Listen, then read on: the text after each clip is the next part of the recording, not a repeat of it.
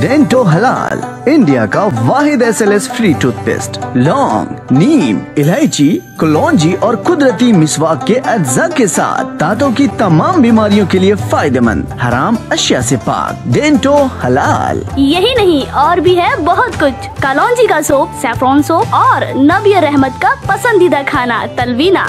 याद रखिए हमारे प्रोडक्ट्स हैदराबाद के तमाम हलाल स्टोर्स पर दस्तयाब हैं। हाय फ्रेंड्स, आपने देखा होगा कि इस स्टोरी में बहुत सारे कैरेक्टर्स हैं। इसी तरह से इसकी साइड स्टोरी में भी कई सारे कैरेक्टर्स होने की वजह से आप कहीं कहीं कंफ्यूज हो सकते हैं।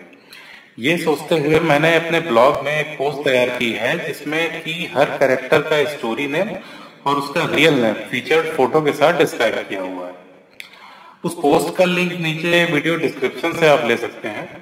मेरा सुझाव ये है कि आप पहले इस लिंक में दी हुई पोस्ट को देखें, उसके बाद ये वीडियो देखें, जिससे कि किसी तरह का कोई कंफ्यूजन ना हो।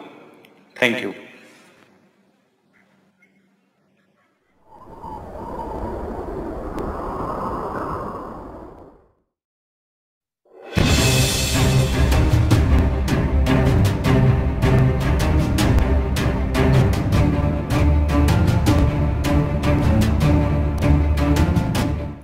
रिश्तों का मकड़ जाल, षड्यंत्र और 4 हत्याओं की इस घटना का संबंध उत्तर प्रदेश के झांसी जिले के एक शर्मा परिवार से है।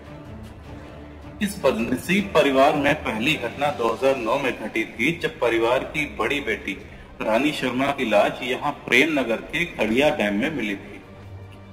पुलिस को यह एक एक्सीडेंटल डेथ का मामला लगा था, क्योंकि इसको लेकर किसी पर भी शक नहीं किया जा सकता था। इस हत्या के 2 साल बाद 4 नवंबर 2011 में इसी परिवार में दूसरी भयानक घटना घटी, जब रानी के सगे भाई धर्मेंद्र शर्मा को मृत पाया गया। धर्मेंद्र की लाश पुलिस को ओरछा में मिली थी और इसकी हत्या सर पर हथौड़े के वार से हुई थी। किसी पर भी शक न होने की वजह से पुलिस ने इस केस को भी रैंडम लूट के केस में दर्ज करके बंद कर दिया। मामला संगीन तब हो गया जब इस परिवार में पिछले साल 2 और हत्याएं हुई। ये हत्याएं थी धर्मेंद्र के भाई दीपक शर्मा और चचेरे भाई संजय शर्मा की। दीपक की हत्या पिछले साल 11 सितंबर को की गई थी।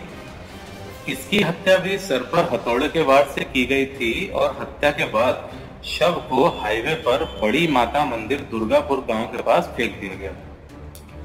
पुलिस के रिकॉर्ड्स में यह हत्या एक नॉर्मल हिट एंड रन के केस में दर्ज थी और हत्या के आरोपियों को कभी भी पुलिस पकड़ नहीं पाई।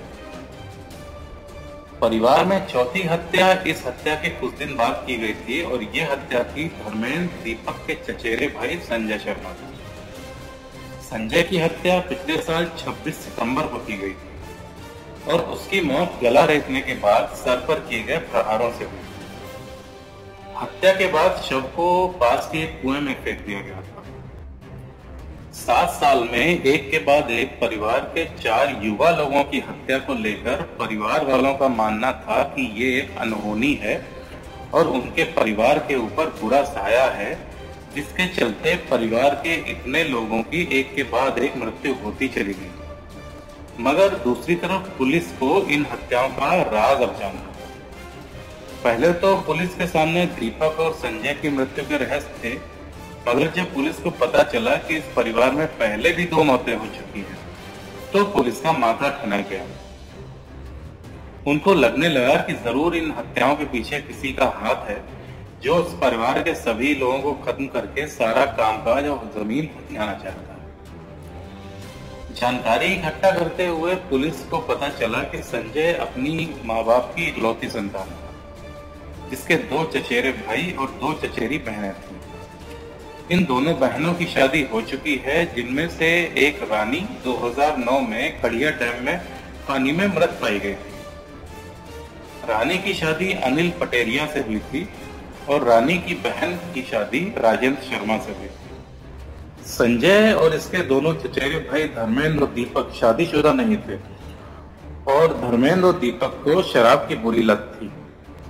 दीपक की पोस्टमार्टम रिपोर्ट में यह भी पता चला था कि उसने मृत्यु से पहले बहुत ज्यादा शराब पी थी, जिसकी वजह से पुलिस को यह हिट एंड रन के केस लगा था और इन्होंने इस केस को बंद कर दिया था। पुलिस ने जब दीपक और संजय के फोन रिकॉर्ड्स खंगालना शुरू किए तो पता चला दीपक, संजय और अनिल पटेरिया ये सब के सब एक सुधा नाम की महिला से कनेक्टेड थे। और ज्यादा छानबीन करने पर पता चला कि दीपक सुधा के पति ब्रजेन शर्मा का ममेरा भाई था और पिछले कुछ समय से सुधा के साथ ही रहता था। इसी छानबीन के चलते पुलिस ने सबसे पहले इस सुधा को अरेस्ट किया। पुलिस ने जब सुधा को अपने शब्दजाल में फांसना शुरू किया तो पता चला कि सुधा और दीपक के बीच नाजायज संबंध थे। चूंकि वो सुधा का देवर था इसलिए उसके ऊपर कभी भी किसी ने शक नहीं किया। एक तरफ जहां पुलिस सुधा से पूछताछ कर रही थी, वहीं दूसरी तरफ उन्होंने अखिलेश नाम के एक आदमी को पकड़ा था। अखिलेश भी शर्मा फैमिली में रिश्तेदार था और इसके भी सुधा से नाजायज संबंध थे। ये दीपक और संजय के क्रियाक्रम में भी शामिल हुआ था। इन दोनों को पुलिस ने जब अलग अलग अपने शब्दजालों में फांसना शुरू किया तो ये दोनों के दोनों सारी की सारी कहानी खुद ब खुद बयां करते चले गए। इन दोनों ने बताया कि दीपक और संजय की हत्या में इन दोनों के अलावा दीपक का जीजा संजय पटेरिया भी शामिल हुआ था। सुधा ने बताया कि वो दीपक के साथ उसके पैसों को लेकर संबंध बनाया भी थी और उसके लिए दीपक ने अपना बड़ा गांव वाला मकान भी 15 लाख में बेच दिया था और सुधा के घर आकर रहने लगा था। इतना पैसा देखकर सुधा ललचा गई थी और दीपक को अपने साथ ही अपने घर में रख लिया था। दीपक के साथ संबंधों के चलते सुधा दीपक के एक और चचेरे भाई अखिलेश शर्मा के संपर्क में भी आ गई। मगर अब अखिलेश और सुधा के बीच दीपक एक गले की हड्डी बन गया था और अखिलेश दीपक को अपने दोनों के बीच में से हटाना चाहता था। पुलिस को यह जानकर हैरानी हुई थी कि सुधा का संबंध इन दोनों के अलावा दीपक के जीजा अनिल पटेरिया से भी था और दीपक की हत्या इन दोनों लोगों की मिलीजुली साजिश थी। दीपक अनिल से नफरत करता था क्योंकि उसको शक था कि उसकी बहन रानी की पान में डूबकर मौत नहीं बल्कि अनिल द्वारा की गई हत्या थी। रानी की मौत के बाद अनिल पर दहेज का मुकदमा भी दर्ज किया गया था। रानी की मौत को लेकर अनिल और दीपक के बीच 25 अगस्त 2016 को आरा मशीन में गाली गलौज हुई थी और तभी से अनिल दीपक को मार डालना चाहता था। एक तरफ सुधा और अखिलेश के बीच और दूसरी तरफ सुधा और अनिल के बीच दीपक के आ जाने से इन सबका इरादा पक्का हो गया था और अब इन तीनों ने मिलकर दीपक को मारने का प्लान बना डाला था। अब अगला सवाल अनिल के सामने था कि वो दीपक की हत्या करे कैसे। अगर दीपक को सीधे सीधे मरवा देगा तो पुलिस को पहला शक उसी पर जाएगा और इसके लिए उसने अपने साड़ू यानी कि दीपक के दूसरे जीजा राजेन शर्मा को अपनी साजिश का हिस्सा बनाया। अनिल के कहने पर राजेन ने दीपक से मेलजोल बढ़ाना शुरू कर दिया। इसके बाद राजेन ने दीपक को उसके आरा मशीन वाले प्लाट को बिकवाने की बात की। 11 सितंबर को उसने दीपक को पेपर्स के साथ उसी एरिया में बुलाया। दीपक वहां पर सुधा के साथ पहुंचा। इन तीनों के बीच बातचीत चल ही रही थी कि अखिलेश और अनिल ये दोनों भी वहीं पर अपनी ऑल्टो कार लेकर आ गए। अनिल को वहां देखकर दीपक भड़क गया और इन दोनों में फिर से गाली गलौज शुरू हो गई।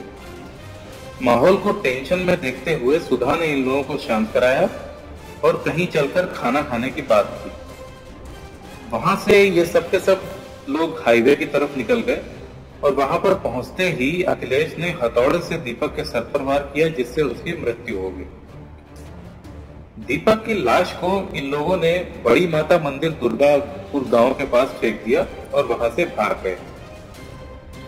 इस घटना के 4 दिन बाद दीपक का चचेरा भाई संजय और सुधा आरा मशीन बाजार में मिले, जहां संजय ने सुधा को धमकाया कि उसको पता है कि दीपक की हत्या तुम सबने मिलकर की है और वो किसी को छोड़ेगा नहीं और पुलिस में कंप्लेन भी करेगा। सुधा बुरी तरह से घबरा गई। संजय की इस धमकी के बारे में उसने अनिल और अखिलेश को बताया, जिसके बाद इन सब ने तय किया कि अब संजय की भी हत्या कर दी जाए। अखिलेश और संजय एक दूसरे को अच्छे से जानते थे, अतः प्लान के तहत 26 सितंबर को अखिलेश ने संजय को पार्टी के बहाने अपने गांव बुलाया। उसने खेत में बने कुआं के पास संजय की चाकू से गला रेत कर और प्रहार करके हत्या कर दी। सुधा, अखिलेश, अनिल और राजेंद्र ये सभी पुलिस की गिरफ्त में थे और अपना अपना गुनाह कबूल कर रहे थे कि इसी बीच पुलिस का एक खबरी एक और महत्वपूर्ण खबर लेकर आया। उसने बताया कि 2009 से रानी की मौत के बाद अनिल को 15 लाख रुपए की मोटी रकम बतौर इंश्योरेंस मिली थी और ये रकम मिलने के कुछ समय बाद 2011 में रानी के भाई धर्मेंद्र की भी मृत्यु हो गई थी। पुलिस को अब रानी की मौत की बात और ज्यादा खटकने लगी थी। उनका ये शक यकीन में बदलता जा रहा था कि हो ना हो रानी की हत्या भी अनिल ने ही की होगी, जिसके बाद पूरी के पूरी इंश्योरेंस की अमाउंट उसको मिल गई। इस बात को लेकर पुलिस ने अनिल पटेरिया से कड़ाई से पूछताछ की तो उसने बताया कि रानी की हत्या भी उसी ने की थी। पैसों को लेकर उसकी बहुत तंग हालत थी, जिसके लिए पहले उसने रानी का इंश्योरेंस कराया और 4 किस्तें अदा करने के बाद उसकी हत्या कर दी। इंश्योरेंस की रकम मिलने के बाद उसने साले धर्मेंद्र को एक बाइक दिला दी थी, मगर धर्मेंद्र अनिल पर रानी की हत्या को लेकर शक करता था। अनिल को डर था कि वो कहीं पुलिस को कुछ बता न दे, इसलिए उसने धर्मेंद्र की हत्या करके उसका शव ओरछा मध्य प्रदेश में फेंक दिया था। दीपक और संजय की हत्या में यूज किया गया हथौड़ा, चाकू और कार पुलिस ने बरामद कर ली है